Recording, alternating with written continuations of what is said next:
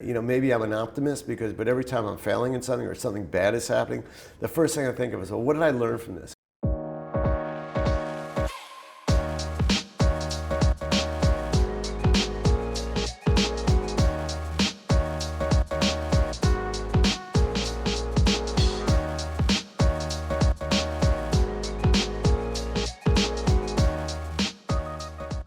You're based here in Washington. You've been honored in a variety of different ways through Washington and policy and really social impact that you've led the way for. I know you're a very team-oriented person, but I don't think that a lot of entrepreneurs or innovators understand the importance of policy. For example, Bradley Tusk is someone who has such a significant impact on innovation. Right? He was able to formulate policy so we can allow the shared ride system of Uber, and was smart enough to take some stock instead of cash when he did it. How does policy, though, AI, AR, all these different technologies that are coming about, I don't think a lot of innovators realize the social impact and responsibility that we have policy-wise. How much of your job is to guide the policy to protect not only the consumer, but also the entrepreneur? Well, innovation by definition is changing the status quo. When you change the status quo, you're affecting someone else's business, whether it's a travel agent, a hotel, or a cab company. And that goes on and on. So we basically or a record store. A record store, sure. So many newspapers, journalists, magazines. There's some latent hostility there. They're not doing as well as they used to do.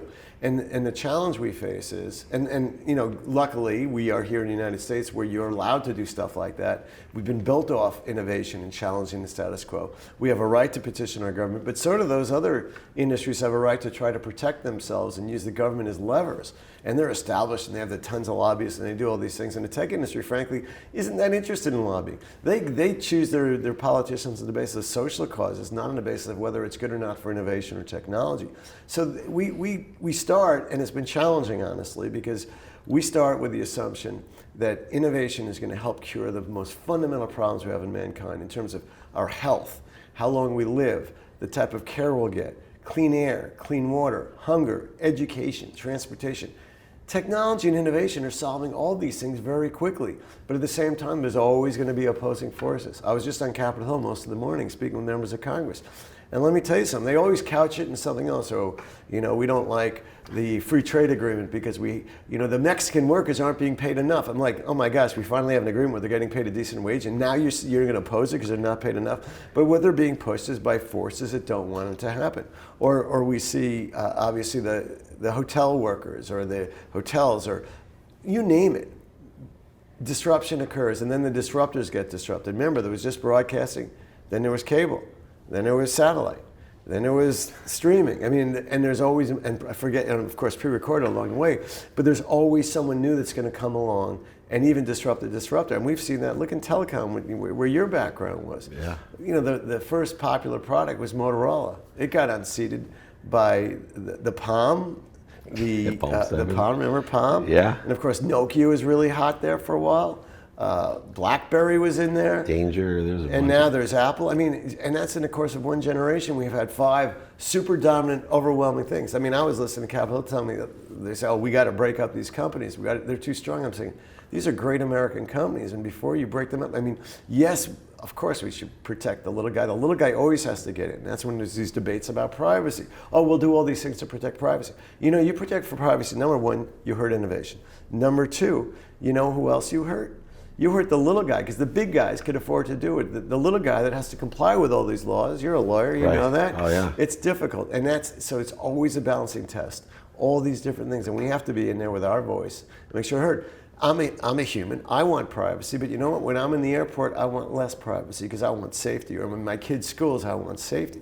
So you have to look at the situation and you have to analyze it, rather than we're gonna go in and listen to these people who wanna get this new industry down that's taking our lunch away from us. One of the interesting things about your experience is you've been able to see so many different industries and so many different leaders and innovators within those industries that give you a certain vision or situational knowledge.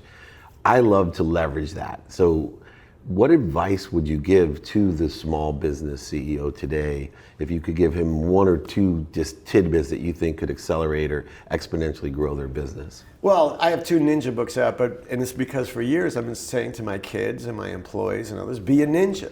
When you're a ninja, you basically, you prepare, you learn, you hire people around you that you know your own weaknesses, and you hire people that will complement those weaknesses with strengths. You get a diverse group, and you also know that you have to be flexible and quick. Because when you hit that marketplace battleground, it's just like war. Everything goes to hell, and you got to adapt quickly. And that's where the entrepreneurs have a great advantage over the big companies.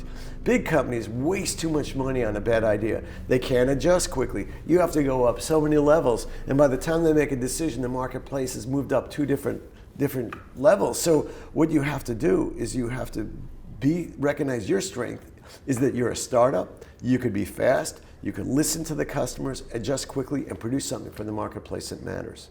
That's amazing. And your ninja books are great because I'm betting on this, but I know that we were both raised by martial art black belts. And when I say that, I mean my mom was a 3rd degree black belt in the martial art of Jewish guilt. And, and I thought maybe the ninja books would move that way. But you yourself, I think, practiced the martial arts or studied it. That's so it really started out because my wife at the time and I had 2 young kids that watched Teenage Mutant Ninja Turtles, and they begged us to learn karate. So all 4 of us took Taekwondo, which is actually a Korean, and ninjas are actually Japanese, but a little editorial license. But the theory is the same. You know, you work out, you're focused. You try, but then when you get there, you have to be adaptable. What I tell our employees, you want to get ahead, don't come back and tell me you can't do something. Tell me how it will get done. If you see a brick wall, don't stop. Pound through it, become invisible, become a superhero, do something, solve the problem. Don't put it back on your boss's back. And that's the way life works for most employees and entrepreneurs. Yeah, it's interesting because there's so much emphasis today on the passion and the why.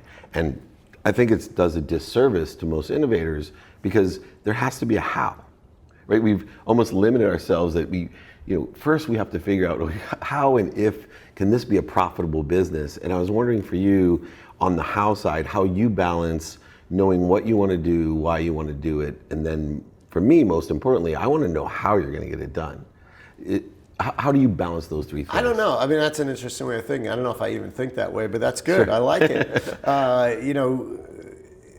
One thing I do is actually take apart some thinking time. I mean, I actually commute between Detroit and Washington, and that gives me time to think, which is really valuable. And I find the more time I have to do that, whether it's on a plane or doing something else, the more I could create. It's not a matter of working 80 hours a week on the same task. It's a matter of figuring things out and thinking about them, talking about them, bouncing ideas off a good team. And then, knowing what I'm not good at, which is like most things I'm not good at, and making sure other people are filling those holes. So how things happen, to me, you got to know where the end result is that you want. And then if one way of getting there doesn't work, you go a different way. You keep trying different ways of getting there, and you try new things, and you be willing to fail. And when you fail, you learn.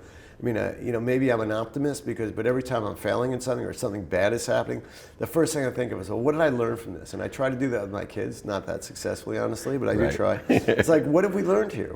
This wasn't a good experience. What did we learn? Whether I'm making a decision about, even today, like I had one meeting that I chose over another, and the meeting got moved, and I was like, I made a bad decision today. That's life. But you adjust and you move on. And you try to look forward rather than going all backwards. Yeah, and I'm a optimist in that way. I look through all the struggles of this isn't a setback, it's a setup for something even better. And what lessons, I'm accountable for it to happen, but what lessons am I supposed to learn, which allows for that expansion? A quick question, there comes a transformation, I call it kind of a quantum transformation that occurs as we get older. At what age did you kind of shift to, maybe I should take a few moments to think about things instead of taking and this is, I'm talking from personal experience, I made a shift in my life where somebody asked me, do you meditate? And I literally gave them a diatribe on, are you kidding me? I don't have enough time, right? I make everything happen. I work really hard. I'm up at 4. You had to have made a shift. I know you graduated law school, a great law school. There had to be this shift of, wait a second, I'm not going to get so busy working, I forget to actually think about things and be efficient and make money. Was there a shift for you like that? Well, it's hard to think back that far, but I agree. When I was in my 20s, I thought I knew the answer to every question. I was very quick with every response. And as I got older and I made more mistakes, and fortunately along the way I had mentors and people that helped me that said, Gary, you're doing great, but I'll be there for you when you make mistakes as well, because you're going to screw up. And I did, and I screwed up royally a whole bunch of times. And I learned along the way, I'm actually learning more when I make mistakes, and when I'm successful. When I'm successful, I think I'm brilliant. And I'm really not brilliant. Yeah, and I've been very, you have to be really, really lucky. I was phenomenally lucky, and just, being born in this country, having the parents I had, the educational opportunities to focus. And honestly, as I was lamenting with a colleague of mine who's heads another big association in another big industry, we're talking about the fact that things have changed. Women are coming in, and rightfully they want a place at the table, and it's like, and we said, look, if we were women, would we have gotten to be CEOs? And it's probably not. Right. Yeah, for a lot of reasons, and especially in sports, right? I mean, I do that every day. Yeah. So you see it, and you adjust your thinking. I mean, there was a lot of social things that have changed in our lifetime. Where if you asked me 20 or 30 years ago how I felt about gay marriage, I would have said, "What, are you crazy?" And I'm like, "Why do I even care? I mean, what difference does it make?" So when you realize you've been wrong so often, you're willing to listen more and think about things more and try to, and one thing my brother taught me is you always try to put yourself in the other person's. You could sell stuff if you're not selling, but if you're asking questions and figuring out what the other person really wants. Right, I would say people buy on emotion for logical reasons. They don't want to be sold, they want to go shopping with a friend, all aligned with that. One of my favorite questions to ask someone that's been exposed to so much business is, what's your relationship to money and profitability? Where does it fit into the whole formula about the importance of making money or the inadequacy of making money? How does it fit into your relationship? Well, again, I think we're blessed in a country that has done phenomenally well, in part because of the profit motive. We just recently honored a Democratic member of Congress, giving her our highest award, and she's living the American dream. She came here from Vietnam, escaped communist Vietnam in a boat, and it was very difficult circumstances, and now she's a member of Congress. But she stood up recently and said, I'm real uncomfortable with this world we're seeing now, where some people to the very far left are saying capitalism is bad, socialism is good. She said, I've lived under socialism. It's not good. And I hear the same thing from my wife and her parents who escaped communist Poland. This is a way of life about them saying, you know what, democracy and capitalism, they're not perfect and they're pretty ugly, but I still believe they're better than any other system. So, to me, you got to start looking at, you have to listen to people like that, and you have to say, there is inequality. Some inequality is good because you can't, like I have relatives, and I won't go into them, they've sucked off the system in a way which I find very unpleasant. And now they're not doing so well, and they're coming to me and it's like, you're kidding, right? I've worked my butt off, hardly ever taken a vacation in the last 40 years. And it's the grasshopper and the ant, I believe. And there's people choose things in life, when and I see my wife as a surgeon, which she had to suffer through in her 30s to start making it. And all the schooling and the work, and then even now the nights and the weekends and the phone calls and the people's health in her hands. It's a lot of pressure that people have in different jobs. So I'm a believer in capitalism. I mean, the questions you're asking are, maybe how far that can go, where we're going, and I think that's a good public debate to have. But on the other hand, I look at this country, or even the developed world, and I say, this world is wealthier today than we were 20 years ago by the factor that almost everyone has a phone. Today there are more phones than human beings, apparently. Right. And with that phone, you have access to a wealth of information that the wealthiest person 20 or 30 years ago didn't have. And so when we look at the wealth of people, let's count everything. Let's count all the devices they have, the information they have access to, the fact that they're almost very, very few Americans are hungry or starving. We still have pretty damn good healthcare for most. Maybe not all people, but we're always improving. So I am aware of concerns on both sides, but I'm also concerned we could go down a very unfortunate path as a country. And on a bigger picture, what I see is we are in a battle, economic battle, with China.